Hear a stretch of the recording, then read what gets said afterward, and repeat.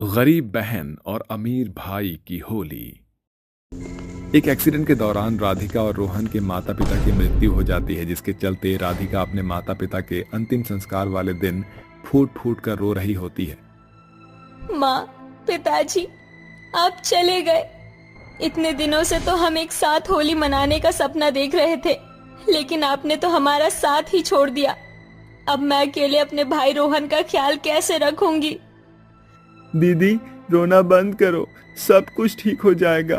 माता पिता हमसे दूर नहीं गए हैं, वो हमारे पास ही हैं। हम दोनों के हृदय में है वो हमेशा। अपने भाई के मुंह से ये सारी बातें सुनने के बाद राधिका को थोड़ी सी संतुष्टि मिलती है। वो दोनों मिलकर अपने माता पिता का अंतिम संस्कार करवा देते हैं, जिसके बाद वो दोनों अकेले ही रह जाते हैं। राधिका के माता पिता दोनों ही होली के समय होली का सामान बेचकर अपने घर का गुजारा कर रहे थे, लेकिन राधिका अभी छोटी थी। वो कैसे अपने भाई के पेट के लिए कुछ कर पाती।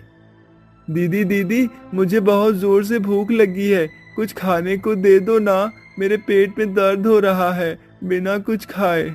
भूख तो मुझे भी लगी है, लेकिन मैं क्या करूं? कुछ समझ नहीं आ रहा। तुम यहीं बैठो, मैं रसोई में देख कर आती हूँ। क्या पता कुछ खाने के लिए रखा हो। राधिका रसोई में जाती है, लेकिन वहां पर सारे बर्तन खाली पड़े होते हैं, जिसे देखकर राधिका बेचारी मायूस हो जाती है। ये क्या? यहाँ तो एक भी बर्तन में खाने का कुछ भी सामान नहीं है। अब मैं अपने भाई को क्या खिलाऊंगी? राधिका परेशान होती है। वो अपनी माँ के कमरे में चली जाती है, जहाँ वो अपनी माँ और अपने पिता की तस्वीर को देखकर रोने लगती है। माँ, पिताजी, आप हम दोनों को छोड़कर कहाँ चले गए हो? वापस आ जाओ। पिताजी, माँ, आप भी वापस आ जाओ। रोते रोते राधिका की नजर होली के सामान के ऊपर पड़ती है, जो उसके माता पिता मरने से पहले बेचा करते थे। मेरे पास अब कोई चारा नहीं है।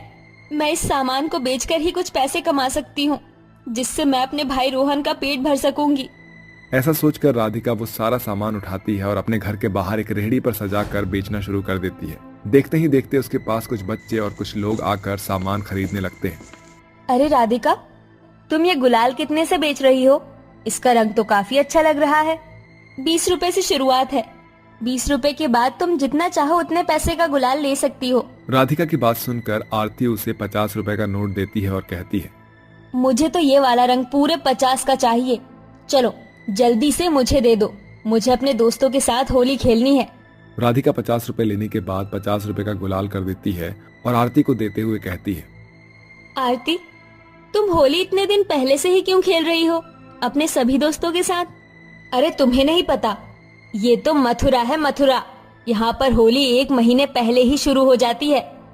शायद तुम्हारे माता पिता ने तुम्हें बताया नहीं होगा। देखो सभी कितने अच्छे से होली खेल रहे हैं। हाँ हाँ, तुमने सही कहा। राधिका आरती को गुलाल दे देती है कि तभी उसका भाई रोहन उसके पास आता है और उससे कहता है, अरे दीदी, ये क्या? आप यहाँ सारे गुलाल, पिचकारी और रंग बेच रही हो? फिर मेरे लिए क्या बचेगा? मुझे भी पिचकारी, गुलाल और गुब्बारे भी चाहिए। मेरे प्यारे भाई, तुम परेशान क्यों होते हो? ये लो, जो तुम्हें चाहिए वो सब यहाँ पर है। तो इनसे जाओ, अपने दोस्तों के साथ खेल लो। राधिका सामान में से थोड़ा सा सामान रोहन को भी दे देती है, जिसके बाद रोहन अपने सभी दोस्तों के साथ खेलने चला जाता है। ऐसे ही वो होली का सामान बेच बेच कर अपने घर का किसी तरह से गुजारा करती है। एक दिन वो रात के समय कुछ सोच रही होती है। मेरे छोटे भाई की अब अच्छे स्कूल में पढ़ने की उम्र है। मुझे थोड़े पैसे कमाकर उसे किसी अच्छे स्कूल में डाल देना चाहिए। राधिका ऐसा सोचकर अगले दिन से और मेहनत करने लगती है, जिसके चलते वो पैसे इकट्ठे करती है और अपने भाई को स्कूल में पढ़ाना शुरू कर देती है। उसे जो भी काम मिलता है वो चुपचाप कर लेती है। जैसे कि होली जाने के बाद वो फूलों की माला बनाती है और उन्हें बेचती है, जिसके चलते वो पैसे कमाकर अपने भाई की पढ़ाई में लगाती है। देखते ही देखते कुछ साल बीत जाते हैं और राधिका और रोहन दोनों ही बड़े हो जाते हैं। मेरे प्यारे भाई, तुम सभी परीक्षाओं में अच्छे से सफल हुए हो और अब तुम्हारा विदेश जाने का भी सपना पूरा होने वाला है। विदेश जाने के बाद तुम अपनी इस गरीब बहन को भूल तो नहीं जाओगे ना? अरे दीदी, आप भी कैसी बात कर रही हो? आपने मुझे बचपन से पढ़ाया लिखाया और मुझे इस काबिल बनाया है। मैं आपको कैसे भूल सकता हूँ? रोहन की बातें सुनते ही राधिका उसे गले से लगा लेती है। मेरे भाई, अपना ख्याल रखना और मुझे फोन करते रहना। राधिका की ये बात सुनने के बाद रोहन विदेश जाने के लिए तैयार हो जाता है, जहां वो अच्छी खासी नौकरी करने लगता है और अपनी बहन को भी पैसे भिजवाता रहता है। लेकिन जैसे ही उसके विदेश के दोस्तों को उसकी बहन के बारे में पता चलता है तो वो उसे भड़काना शुरू कर देते हैं। अरे भाई तू कितना भोला है यार, तेरी बहन तो तुझे लूट रही है। उस गरीब ने तुझे पढ़ाया लिखाया इसलिए ताकि तू बुढ़ापे तक उसका ध्यान रख सके। हाँ अरफ, बिल्कुल सही कह रहा है। ऐसा मैंने कई हिंदुस्तानी लोगों के साथ देखा है। तुम्हारी बहन तो तुम्हें सिर्फ लूट रही है। उसने अपने फायदे के लिए तुम्हें इतना पढ़ाया लिखाया। ना चाहते हुए भी रोहन अपनी बहन को गलत समझ बैठता है। यहाँ बेचारी राधिका जैसे तैसे करके अपना गुजारा कर रही होती है, वहाँ रोहन अपनी बहन को विदेश जाने के बाद भूल ही जाता है। हे भगवान, इतने दिनों से कोई भी कॉल या फिर मैसेज मेरे भाई का नहीं आया है। ऊपर वाले मेरे भाई का ख्याल रखना। ये सोचकर राधिका रसोई में जाती है जहाँ उसके खाने के लिए कुछ भी नहीं होता। यहाँ तो मेरा काम सही से चल नहीं रहा है, ऊपर से मेरा भाई मुझे पैसे भी नहीं भिजवा रहा। अब मैं क्या करूँ? होली आने वाली है। एक काम करती हूँ, होली के रंग गुलाल ये सब बेचना शुरू कर देती हूँ। राधिका फिर से अपने बचपन की तरह होली के रंग गुलाल पिचकारी ये सब बेच जैसे तैसे करके अपना गुजारा कर लेती है। लेकिन काफी समय तक रोहन उसे एक फूटी कौड़ी तक नहीं भेजता। एक दिन गांव की एक बूढ़ी काकी उसके पास आती है और कहती है, अरे राधिका बेटी, बचपन से तुम होली के रंग गुलाल पिचकारी ये सब बेचती आ रही हो। अब तो तुम्हारा भाई विदेश में नौकरी करता है, फिर भी तुम ये काम क्यों कर रही हो? अब तो तुम्हारी शादी की उम्र है, उसे अपनी जिम्मेदारी निभानी चाहिए। ये सुनते ही राधिका की आंखों में आंसू आ जाते हैं और वो बूढ़ी काकी को सब बताती है।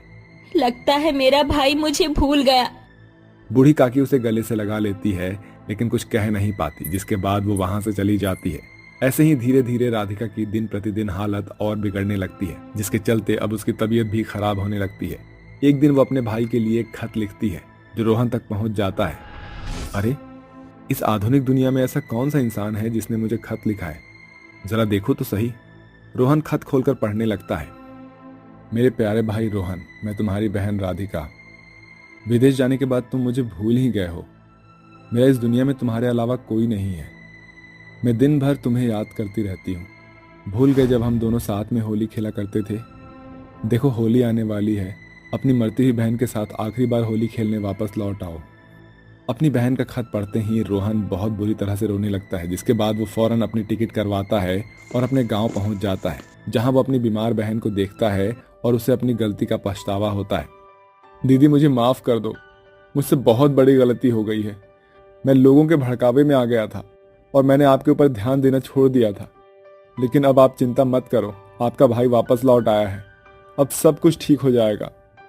रोहन जहां इतना अमीर था, उसे किसी भी चीज की कमी नहीं थी, वहीं दूसरी तरफ उसकी बहन जो बहुत ज्यादा गरीब थी, वो विदेश से अपना सब कुछ छोड़कर अपनी बहन के पास लौट आता है और अपनी बहन का अच्छे हॉस्पिटल में इलाज करवाता है, जिसके बाद राधिका बिल्कुल ठीक हो जाती है।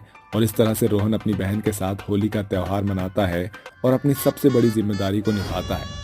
वो अपनी बहन राधिका की अच्छे घर में शादी करवा देता है, जिसके बाद वो भी शादी करके अपना घर बसा लेता है और खुशी खुशी रहने लगता है। थोड़ी देर और रुक जाइए, मैं आपका लंच पैक कर देती हूँ, उसके बाद आप अपने काम पर निकल जाइएगा। मैं बहुत लेट हो रहा हूँ, आज मुझे ऑफिस थोड़ा जल्दी जाना है और तुम तो जानती हो, अगर ऑफिस नहीं जाऊंगा तो मीटिंग कैंसिल हो जाएगी। ओहो, आप और आपकी ऑफिस की मीटिंग कभी खत्म ही नहीं होती है। वैसे लो, मैंने आपका लंच पैक कर दिया है, ले जाओ। अपनी सास और ससुर का ऐसा प्यार देखकर उनकी तीनों बहुएं आपस में बात करने लगती हैं। देखो तो जरा, माँ और बाबूजी का प्यार कितना अनोखा है।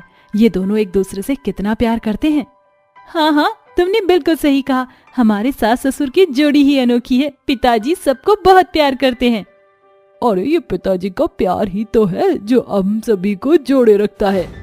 अच्छा चलो, अब छोड़ो और घर का काम कर लो, क्योंकि अगर माँ जी हमें इस तरह बातें करते हुए देखेंगे तो हमें खूब डांट लगाएंगे। वह तीनों घर की साफ सफाई और घर के कामों में लग जाती हैं। वहीं संजीत भी अपने ऑफिस के लिए निकल जाता है। देखते ही देखते पूरा दिन गुजर जाता है और शाम को हेमा अपने पति के आने का इंतजार करने लगती है। शाम का ये वक्त हो गया है। आज से पहले संजीत जी को कभी भी आने में देरी नहीं हुई, फिर आज वो कैसे लेट हो गए, कुछ समझ नहीं आ रहा। अब मैं क्या करूं? हेमा घर के दरवाजे के पास यहाँ से वहाँ घूम रही होती है कि तभी उसके टेलीफोन पर एक कॉल आती है। हे भगवान जी, एक तो संजीत जी अभी तक आए नहीं है, ऊपर से ये फोन भी बज रहा है। जरा जाकर देखो तो सही, आखिर कौन कॉल कर रहा है। हेमा जैसे ही फोन उठाती है, फोन के दूसरी तरफ से एक हॉस्पिटल के अंदर से नर्स हेमा से कहती है, क्या मेरी बात संजीत जी के घर से हो रही है? हाँ कहिए, आपकी बात संजीत जी के घर से ही हो रही है। ये कहते हुए मुझे अच्छा नहीं लग रहा, लेकिन मेरी मजबूरी है ये सब कहना। दरअसल बात यह है कि आपके पति का एक बहुत बड़ा एक्सीडेंट हो गया है, जिसके चलते वो इस दुनिया में नहीं रहे। आप हॉस्पिटल से आकर उनकी डेड बॉडी ले जाइएगा। नर्स के मुंह से ये बात सुनते ही हेमा के पैरों तले जमीन खिसक जाती है और उसे कुछ समझ नहीं आता। वह फूट फूट कर रोने लगती है कि तभी उसकी बहू उसे रोता हुआ देखकर उसके पास आती हैं और उससे पूछती हैं, क्या हुआ माँ जी, आप रो क्यों रही हो? बताओ तो माँ जी, आखिर हुआ क्या है, आप रो क्यों रही हो? माँ जी, आप हमें बताती क्यों नहीं? आपके रोने का कारण क्या है? हमसे और सब्र नहीं हो रहा, जल्दी से बताओ माँ जी, आखिर क्या हुआ? पिताजी अब इस दुनिया में नहीं रहे, उनका बहुत बड़ा एक्सीडेंट हो गया, जिसके चलते वो इस दुनिया में नहीं है और उनकी डेड बॉडी हॉस्पिटल में पड़ी है। ये सुनते ही हेमा की तीनों बहुएं रोने लगती हैं, जिसके बाद हेमा के तीनों बेटे हॉस्पिटल से जाकर अपने पिताजी की डेड बॉडी घर ले आते हैं और सभी लोग मिलकर उनका अंतिम संस्कार कर देते हैं। लेकिन संजीत के मरने के बाद बेचारी हेमा विधवा हो जाती है और उसकी तीनों बहुएं उसके ऊपर रोजाना अत्याचार करने लगती हैं। अरे माँ जी, जब देखो आप घर पर पड़ी रहती हो, आपको कोई काम धंधा नहीं होता है क्या? देखो कितने सारे कपड़े पड़े हैं धोने के लिए, काम करो, सबसे पहले जाकर आप कपड़े धो लो। हाँ, कपड़े धोने के बाद हम सभी के लिए नाश्ता भी बना लेना। उसकी तीनों बहू उसके ऊपर सुबह शाम हुक्म चलाने लगती है। हाँ, बेचारी हेमा विधवा थी और उसके पास रहने का कोई ठिकाना नहीं था, जिसके चलते उसे अपनी बहुओं के अत्याचार सहने पड़ते हैं। एक दिन बेचारी सुनीता की तबीयत बहुत ज्यादा खराब हो जाती है और वह अपने कमरे में जाकर आराम कर रही होती है, जिसके चलते उसकी तीनों बहू आपस में बात करने लगती हैं। देखा बहनों, जब देखो हमारी सास कमरे में आराम करती रहती है, इन्हें तो घर की कोई काम दिखाई ही नहीं देता। अरे इतने सालों तक हमसे इन्होंने काम करवाया, अब हमारी बारी है। ये मेरे से बचने वाली नहीं है, आज मैं इसकी अच्छे से क्लास लूंगी। आज पता चलेगा कि जब एक बहू अपनी सास के ऊपर अत्याचार करती है तो कैसा लगता है।